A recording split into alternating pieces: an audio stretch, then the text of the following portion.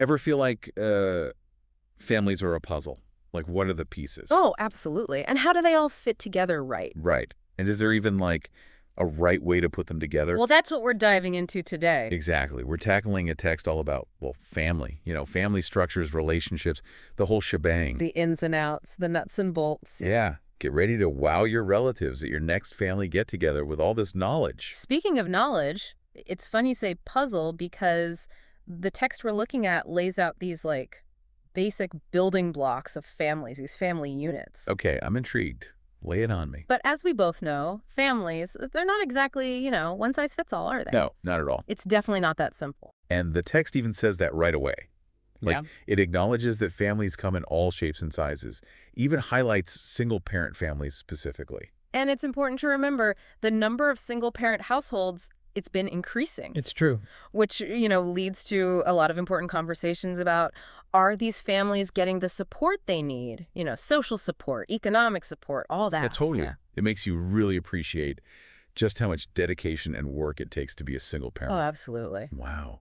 Speaking of family dynamics, though, the text gets into, well, siblings. Oh, siblings. That mix of, like, total competition and then complete loyalty. Yeah. I mean, I can't be the only one who has some epic sibling rivalry stories. Well, I'm sure everyone's got a story. It's pretty universal, I think. Oh, yeah. And actually, all that, those arguments, those little spats, they're really important. It's how we learn, Oh, tell me more about that. They help us develop, like, our social skills, our emotional intelligence, all that. Okay, so maybe those times my brother, like, borrowed my favorite toys, maybe it wasn't all bad.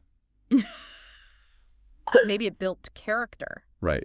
Character building. But seriously, there is something so special about, the bond between siblings. Totally. It lasts a lifetime. And there's actually research that backs this up. Oh, really? Having siblings, it can make us more empathetic.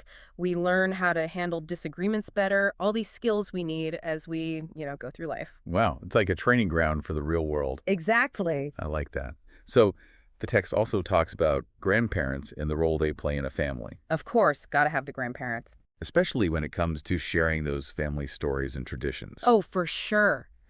And that's huge. I mean, grandparents, they're not just there to spoil the grandkids, although they're good at that too. Oh, yeah. But they're like the keepers of the family history. They are. Passing down those stories, traditions, values, the things that connect us to where we come from. It's like having like a direct line to the past. Exactly. Which I love. I always love hearing my grandparents' stories about their lives. The best. But it doesn't stop there, right? Because then the text is like, don't forget about aunts, uncles, cousins. Oh, yeah, the whole gang. They matter too. For sure. Even if they don't live with us. Right. They're still a part of that bigger family picture. Like, they make up our kinship network. Kinship network. That's a good way to put it. And those connections, even if you're not super close, they still give you this feeling of belonging, right? Like you're part of something bigger. Yes. It's like you've got backup. Exactly. I have such great memories of all those family gatherings with aunts, uncles, cousins. The best. Oh, my gosh. And speaking of family gatherings, I love how the text describes them. A little chaotic, always memorable. Oh, yeah. Gotta have a little chaos. It's true. Like, remember that one Thanksgiving when my uncle, he brought his pet parrot, and the parrot, like, joined the dinner conversation. Oh, no way. That's amazing. It was wild. But those crazy moments, they're what make family gatherings so great. They really are. And, it's more than just the food and the, occasional chaos. Family gatherings, they actually serve a purpose, sociologically speaking, I mean. Okay, now you have to explain that. What do you mean? So, think about it. These gatherings, they often have their own traditions, right? Yeah, totally. Rituals, routines, those reinforce a feeling of belonging. We're all connected, we share a history, all that. Makes sense. It's a chance for different generations to spend time together. Stories get passed down, you strengthen those family bonds. It's like that saying, the family that eats together stays together. Yeah. But with a little more mayhem, maybe some spilled drinks thrown in. Exactly, a little spice. Right. But really, one thing I liked is how the text makes it clear, families. They don't all look the same. 100%. And the definition of family, it's always changing, evolving. It's true. I mean, the text focuses on that, traditional nuclear family structure. But these days... It's not always like that. Exactly. You've got blended families, multi-generational households, even chosen families, like people forming close bonds based on shared values, even if they're not related by blood. It's amazing all the different ways families come together. It is. And it shows that what really matters at the end of the day is the love, the support, the commitment you share with the people you consider family, however that looks for you.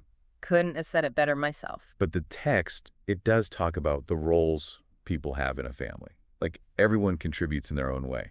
Right, and that's really important to remember. Each person, from the parents to the kids, the grandparents, even that cousin you only see once a year, Yeah. they all add to the family's dynamic. And sometimes even a small act of kindness, just being there for someone, it can make a huge difference. It really does. It's like this web of relationships, and every little action has this ripple effect. Perfectly said. Like my younger sister, she was always the peacemaker. Oh, I get that.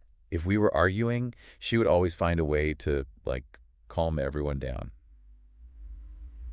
Looking back, I realized she brought this sense of harmony to our family. It's amazing how that works, right? How each person's contribution shapes the overall vibe. It is. The text also talks about how important it is to make time for family. Oh, 100%. Which, isn't always easy these days. Everyone's busy.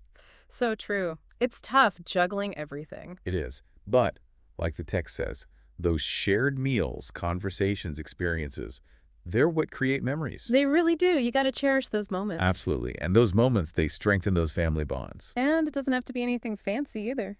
Exactly. Just making that effort to prioritize family, even in small ways, it can have such positive impact on your well-being, your relationships, everything. It's like recognizing that sometimes the simplest moments, those ordinary everyday things, those become the memories we hold on to the most.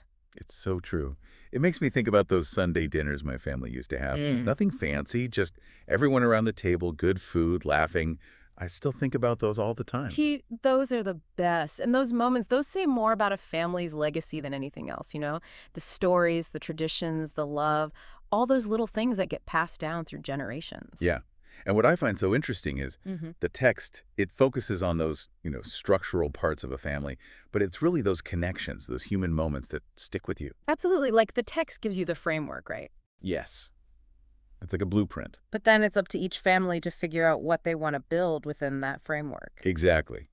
This deep dive has really gotten me thinking about my own family, for sure, but also just how the whole idea of family is changing these days. It's like we've only just dipped our toes in the water, There's always more to explore, right? Right.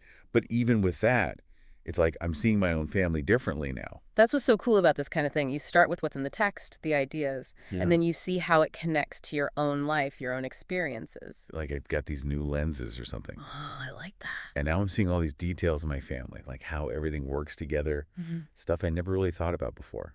And that's powerful, Right. When you understand something better, you can appreciate it more. Family's complicated, but when you get it, you can deal with the tricky stuff better, and your relationships, they get stronger. So true. So, like, for our listeners, what's a good first step to, putting all this into practice? Good question.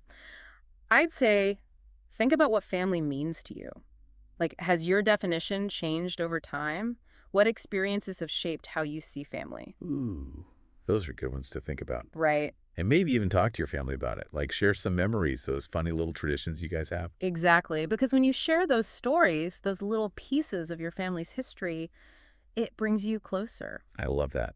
This deep dive has definitely made me want to plan a trip home soon. Oh, that's great. Maybe I'll even break out the old photo album, see what I can find. Oh, now that's something I want to hear about. But hey, for all our listeners out there, as you go about your day, think about your family, the people you love.